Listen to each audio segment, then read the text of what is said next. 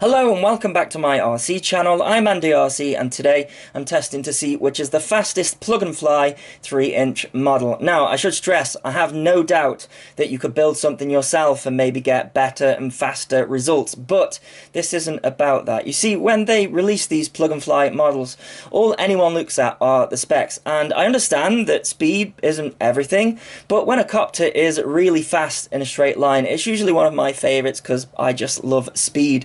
The Emax Hawk 5, for example, is incredibly fast. I think that clocked 106 miles per hour. But these 3-inch models, they are catching up, and yeah, I think we may exceed that speed today. So that will be interesting.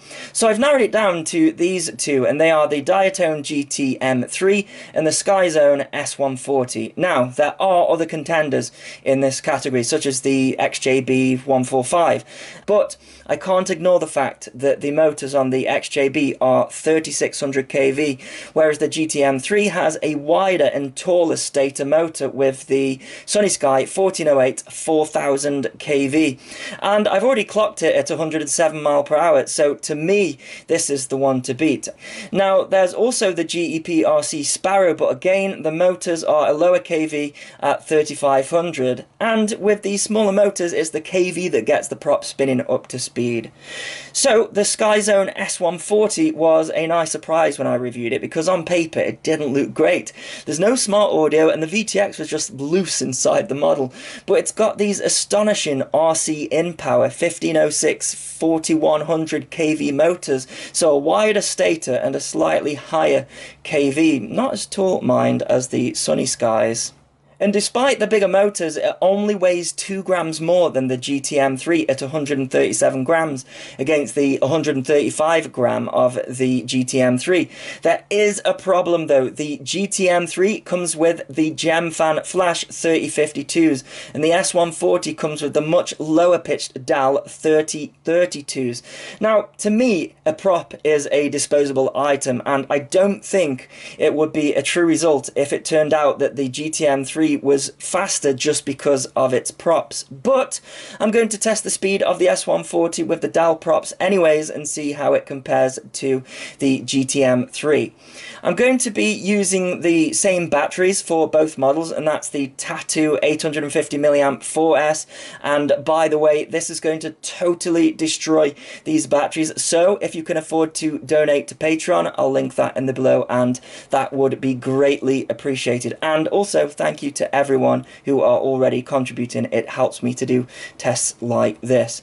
Now, you might be thinking, Andy, if you're going for speed, why not use a 650 mAh 4S battery? It'll be lighter and it'll go faster, and you'll see the answer to why I'm not using this battery in a little bit. So let's get to it and find out which of these is the fastest. So we're starting off with the GTM3. Now I know that is good for 107 miles per hour, so let's see what it does. Yeah, 107. In fact, I could not get it to go faster than that, and it consistently hit that speed. I think I messed the pitch up here and it didn't quite make it. Yeah, 105, so I think I did a third run just to show that 107 is the magic figure with this one. Very consistent. So the next one is the S140, but with the stock DAL prop, so let's take a listen. So higher RPM with the higher kV, but only 86 miles per hour. Let's have another go. 90 miles per hour, and that is the fastest that I could get this one to go on the stock prop. So there's the answer, right? The GTM3 is faster. Well, just hang on a minute there. Yeah, I did lots of runs with this one, and as the battery depleted, it just got slightly lower than 90 miles per hour. So I thought I'll switch the props out to the GemFan Flash, but I'll also try a 650 mAh battery, and listen. It's difficult to hear, but the RPM tails off at the end. The lower capacity battery with the same C rating, so 75C, could not handle the amp draw, whereas the 850 mAh battery could. So I put the GemFan Flash props on and the 850 mAh battery, and let's take a look. Faster, 109 miles per hour. Another go. faster, 112, and that is the quickest speed that it recorded. So the answer is The S140 is the quickest model, not by much, if you put the right props on it. And there are actually some different props as well. I think the racecraft props go up even higher in pitch. I think if any motor could take it, it'd be this one with the wider stator.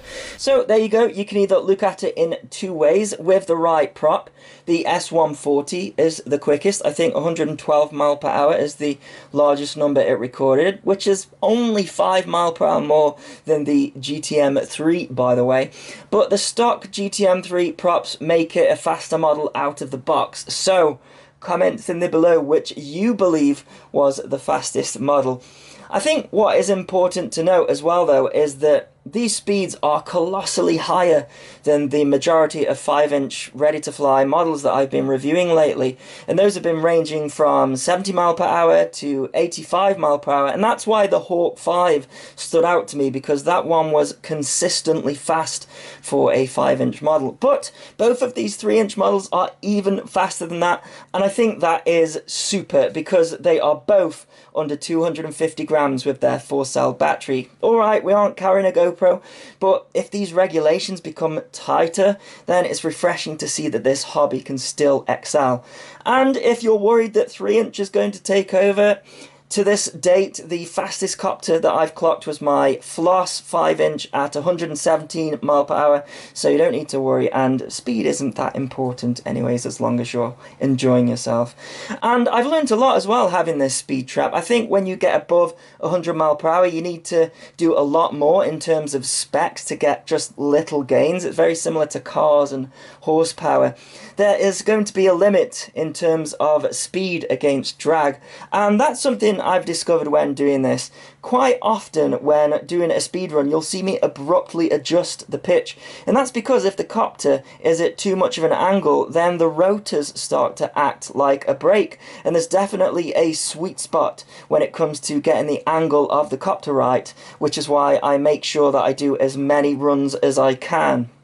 But anyways, I'll leave it there. I need to find a bin for these batteries, so I hope you enjoyed this video, and as always, thanks so much for watching. Please continue to subscribe. Cheers.